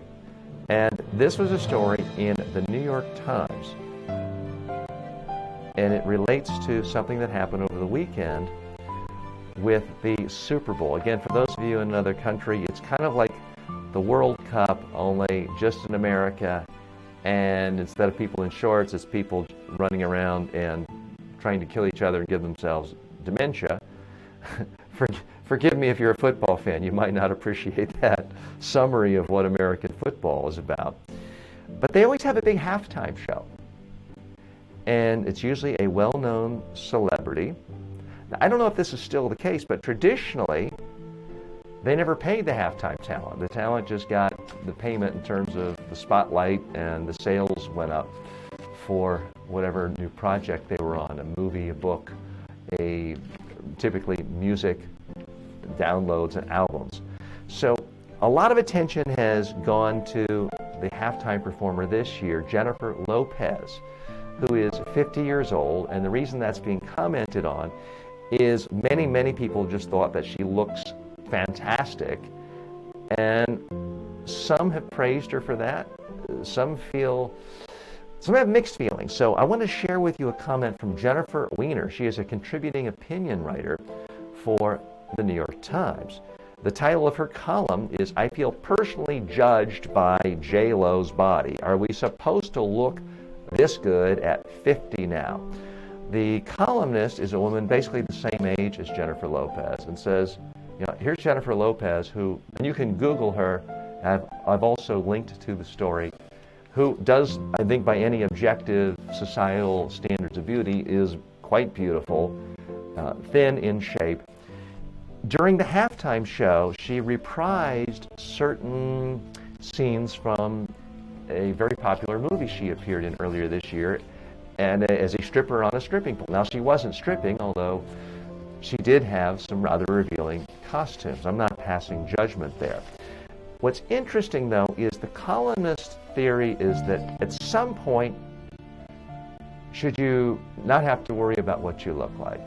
The columnist point is, I thought at 50 years old, I didn't have to worry about looking good anymore. I could have my gray hair, I could put on pounds, no one's judging me anymore on how I look. And now I can't do this because Jennifer Lopez has ruined it all. And it means I've got to change my habits and continue to be super healthy and try to look my best at all times. I wanted to tease that apart. I don't think that human beings, male or female, should feel obligated to dye their hair. And I realize many people do. You can probably tell the hair dye sales don't do particularly better when I walk into the store. I don't begrudge anyone for wanting to dye their hair, but I don't think it's a bad thing to want to look as attractive as you possibly can at every age. Now, some of you have heard me say this before, but just a couple of years ago, I was about 35 pounds heavier. I now weigh roughly the same as I did when I was about 16 years old. And not that much different from when I was 13 years old, because I haven't grown since I was 13. I didn't have to get surgery or anything like that. I didn't get my stomach stapled. I simply tried to start living healthier, eating healthy portions and healthier food, and got to roughly my ideal body weight. It's not about vanity, although, hey, I've got as much vanity as anyone else. Truth be told, probably a little bit more. But I don't think it's necessarily a bad thing to be 50 years old or 70 years old and want to look the best you can. Now, you don't have to want to be a sex symbol and be up on a pole somewhere. I mean, even if I got in substantially better shape and got washboard abs, you would not see me parading in a Speedo bathing suit down a runway at a fashion show or the Super Bowl or any place else. And I'm sorry if the concept of that image made you lose your lunch, but believe me, you're not going to see me in any fewer clothes than this right here. But I don't think it's a bad thing to want to keep yourself together, to be fit, to just not let yourself go. Here's the big problem in the United States and many Western developed countries around the world. The concept of relaxing and not being superficial and letting yourself go is really the concept of eat what big mega corporations are telling you to eat, lots and lots of sugar. Haagen-Dazs with lots and lots of sugar and fat. Maybe if you're 55, 60 years old and affluent and doing well, you're not eating fast food at McDonald's, but you're still going to fancy restaurants and eating food with lots and lots of extra fat, sugar, salt, processed carbohydrates, and it's making you overweight. It's making you obese. And okay, you don't have to wear a tight bathing suit to go to the beach. Okay, that's fine. I don't want you to. You don't need to. But the idea that you've somehow earned the right to let yourself go, I think is one of the reasons why, for the first time in really the history of the world, we've seen economies go up in a society, as we've seen in the United States, and life expectancy go down. Now, it did go up by 1 month, according to recent statistics from the United States government over the last 4-year period. But starting in about 2015 until just a few months ago, the average lifespan in America went down. People live longer in 2014 on average than they do now. Part of it is because we tell ourselves, well, I'm 50, I don't have to worry about it anymore. I don't have to go to the gym or run or eat right. I've earned the right to do whatever I want. Yeah, you have the right to.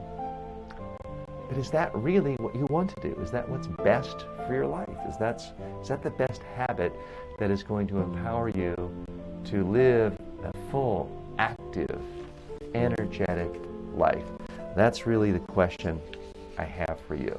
So what do you think about this whole Jennifer Lopez controversy? We try not to delve into topical news. This is not a political talk show here today, but I am interested in whether you think it is a negative thing for a 50-year-old person, it could be man or woman, being seen as the height of a sex symbol the way she is. Certainly society is used to 50-year-old men appearing in James Bond movies and other movies with a partner 20, sometimes 30 years their junior.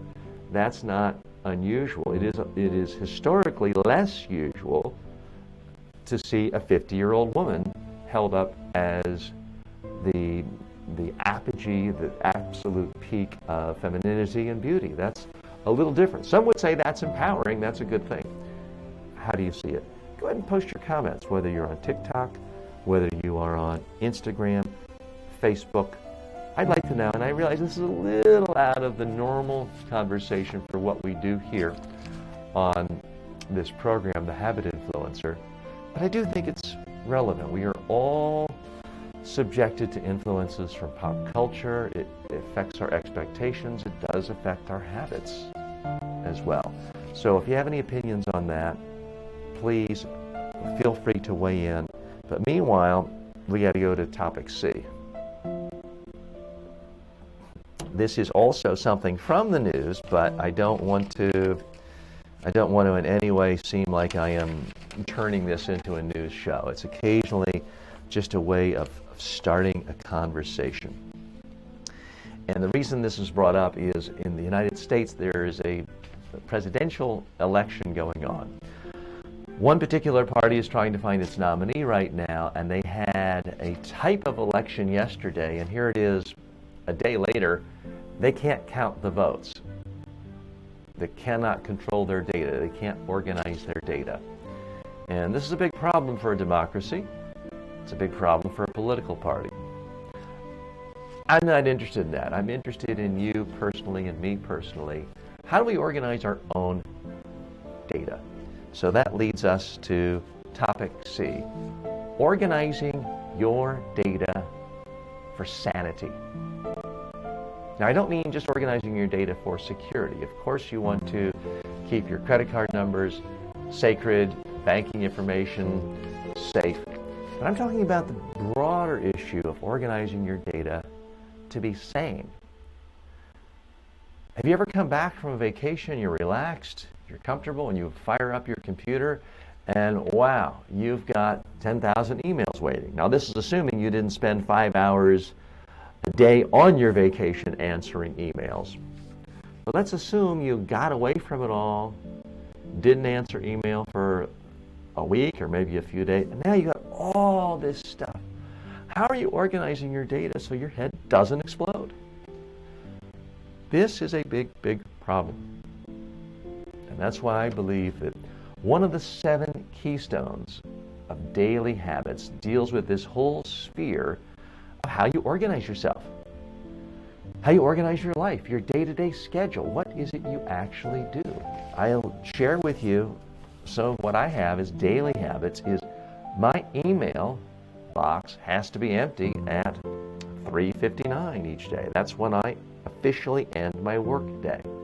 Now I do other readings, I do other things that benefit my work, but I try to get away from the computer, literally turn the computer off at 4 p.m. And I envision a little Fred Flintstone whistle blowing at 3:59 saying, that's it, work over. And it just helps me focus my energy, my attentions, get more done during the day. But how do I get rid of the email? Part of it is you've got to be really aggressive at not even signing up and giving your email address to people, or having an email address that you give that you don't check that isn't your primary email. That's a part of it. Part of it is being very, very aggressive at unsubscribing from email and from deleting email and putting email you don't want into spam. Now, it's been a long time since I've hired anyone, but I certainly remember there was a school of thought. I won't tell you whether I did it or not. I'll let you guess. There was a school of thought, 5-10 years ago, that if you want to hire someone, you should have them show you their email box. If it's full of lots and lots of emails, and some of them from 3 weeks ago, that's a sign in and of itself. Don't hire them. They're not an organized person. Their mind is not organized. I like having that clean email box. Part of it is impose a discipline. I try to look at each email no more than once and then handle it. Either respond, delete it, file it, put it in a Salesforce database. But don't let it sit there and come back to it and come back to it. It's a horrible system for organizing. Other things that I try, I haven't done this quite as well. I haven't completely mastered it. It's one of my goals for this year. This comes courtesy of Tim Ferriss, the 4-Hour Work Week. You heard me reference him from time to time on this program. He used to have this plan where he only checked email once a day. I believe it was 3:30. And he would send out an automatic responder to people saying, if it's urgent, you better call because I don't check this email but once a day. I'm trying to force myself to look at email just twice a day. I'm not quite there yet. But that is one of my own habit goals for 2020. That's right, even the habit influencer is trying to influence himself with even stronger organizational habits. Other things I try to do every single day just to be better organized. Eliminate clutter. When there's clutter around you, it clutters up your brain. It's harder to focus. I don't know all the circumstances as to why the votes were not counted in this United States election in Iowa yesterday. But at some point, there's too many data points. There's too much clutter somewhere. It could all be digital. But I like to free my brain to think more clearly by reducing clutter. So I try to eliminate every scrap of paper from my desk by the end of the day. Now, during the day, I may have things going and there's activity. And yes, there are some rare exceptions. The absent-minded professor who's got clutter everywhere and you ask them for something, they know right where it is. But most human beings are not like that. If there's clutter everywhere in their desk, on their computer, then it clutters the brain. You are less productive. I know personally I am much more productive if I can sit down at my desk first thing in the morning and the desk is clean. There's nothing to focus on other than what is most important. I didn't used to be like this. I even like to empty my trash even if there's only 1 or 2 pieces of paper in it. I like to end the day where everything is clean. Right now, I have a number of papers and notes for you for this show. As soon as they're done, I'm going to put them into this recycling bin right underneath my table in the studio. So I don't even have to look at the extra clutter tomorrow and sift through the paper. Because there used to be a time I'd come in, put a paper down, and now it's lost with all these other papers. I like to use a Salesforce database. Now, I'm not shilling for Salesforce. I'm not an affiliate of Salesforce. You don't need, there may be a million reasons why Salesforce is awful, I don't even know, but you need something to organize yourself. So when I have a prospect write to me and I send them a proposal for a personal development workshop or an in-person media training workshop or public speaking workshop, I create an entry for them in the Salesforce database. I note that they wrote to me. I cut and paste that, or I email that email into the database. I then send an email to them and it automatically goes into the database. I then click on when I want to follow up. It might be in 2 days to see if they receive the proposal. It might be in a week to follow. It could be 3 months. But I put it in the database and I put it in a specific time for me to look at it again. And then I don't think about it. And it automatically pops up on my computer screen that day when I'm supposed to follow up, because I have the automatic setting on my Salesforce to show me everything that is past due and due. And typically there's nothing past due because I keep it up to date. You might be able to do all of that on a Rolodex, a piece of paper, an old-fashioned catalog. You don't have to use technology for that, but you got to use something. If you want to be, I believe, a fulfilled person, a serious person, a person who accomplishes things, you have to control your own data. All of us are swimming in data all the time. Friends' names, friends' addresses, friends' phone numbers, clients, customers, things to do. When are you going to go to the Sprint store to get your cell phone renewed? There's things you've got to do to control data. It's essential to being a human being in 2020.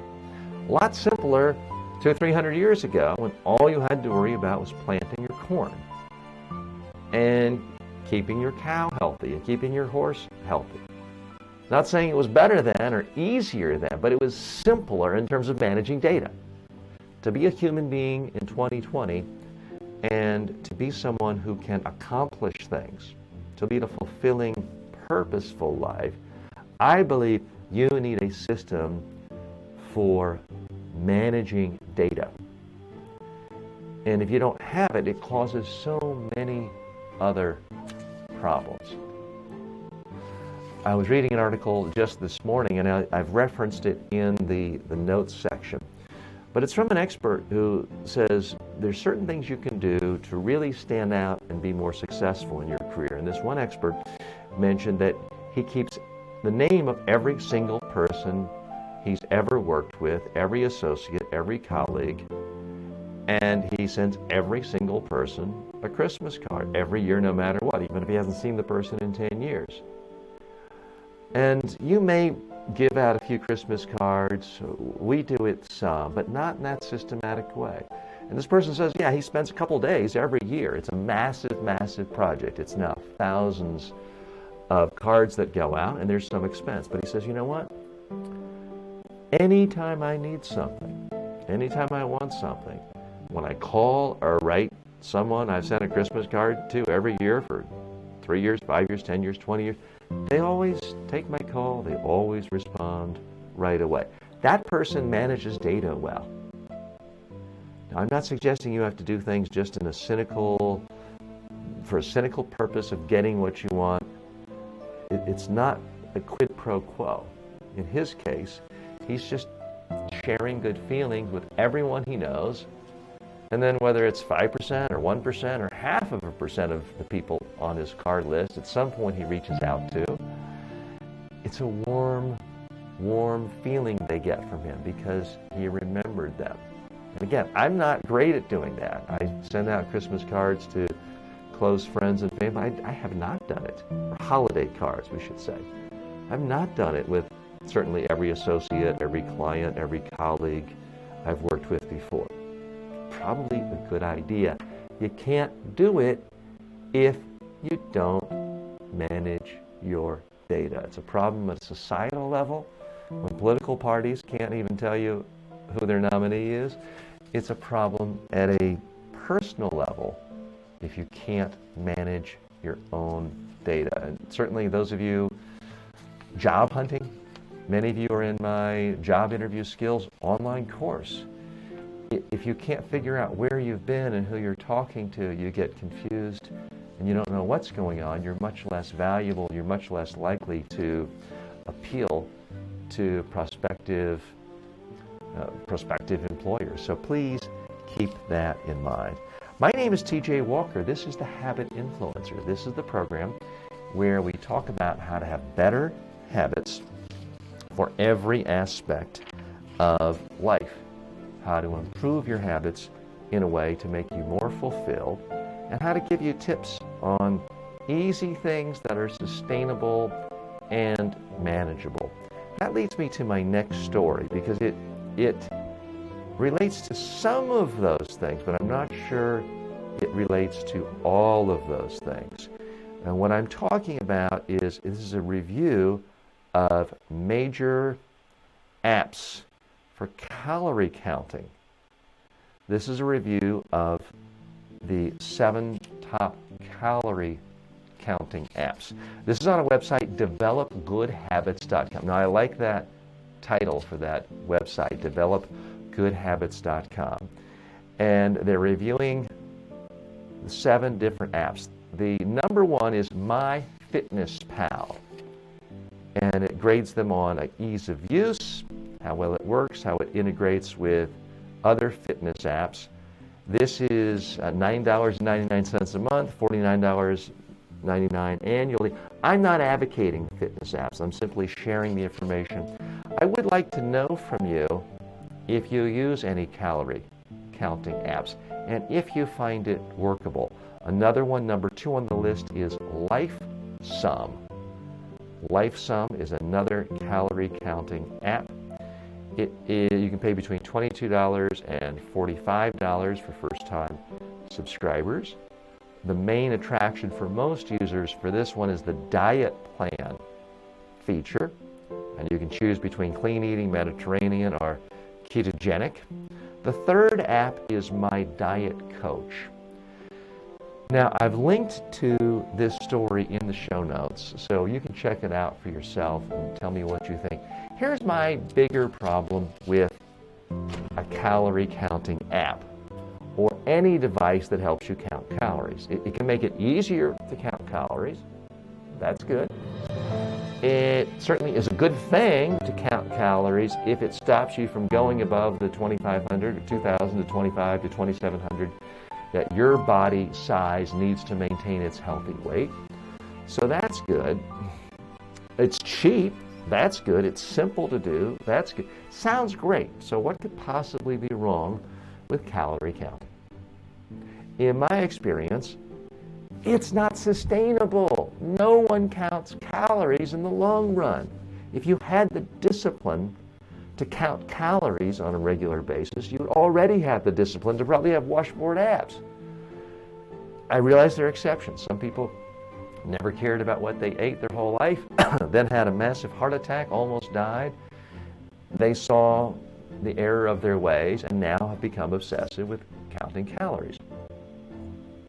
So, sure, 1 out of 1,000 people, it might work fine. But I've found anyone I've ever met in my entire life, and I've known people for half a century who were trying to lose weight at some point.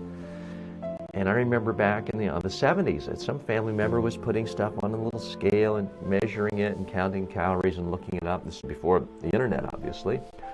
Nobody does that after a few months. It is too tedious. It's too much work. It requires too much effort. It is therefore not sustainable. So for me, counting calories flunks the sustainability test. I am a big fan of calorie eyeballing. And what I mean by that, and you don't need an app for that, you can just sort of tell. You go to an ice cream store and you see their smallest size, like a Cold Stone Creamery, like their smallest size of an ice cream cone is about the size of your head.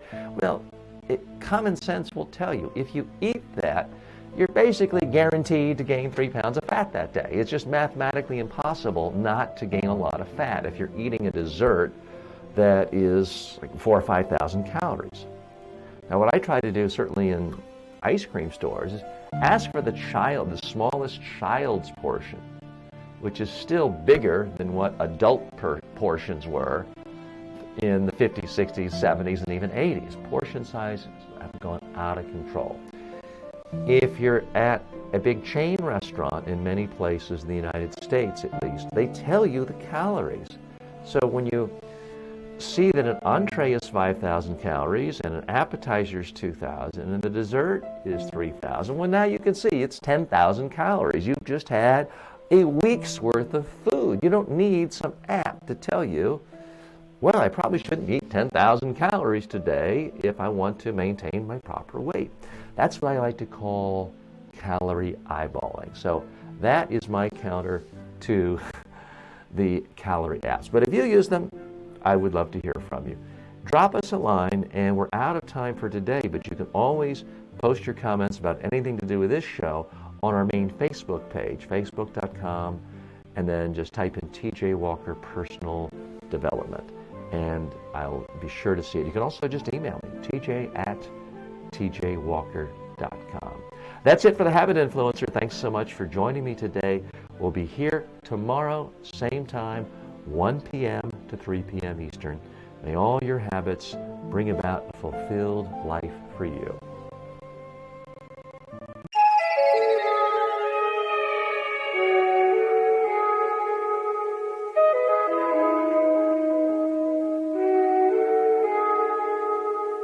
This is a Chucky Beat production.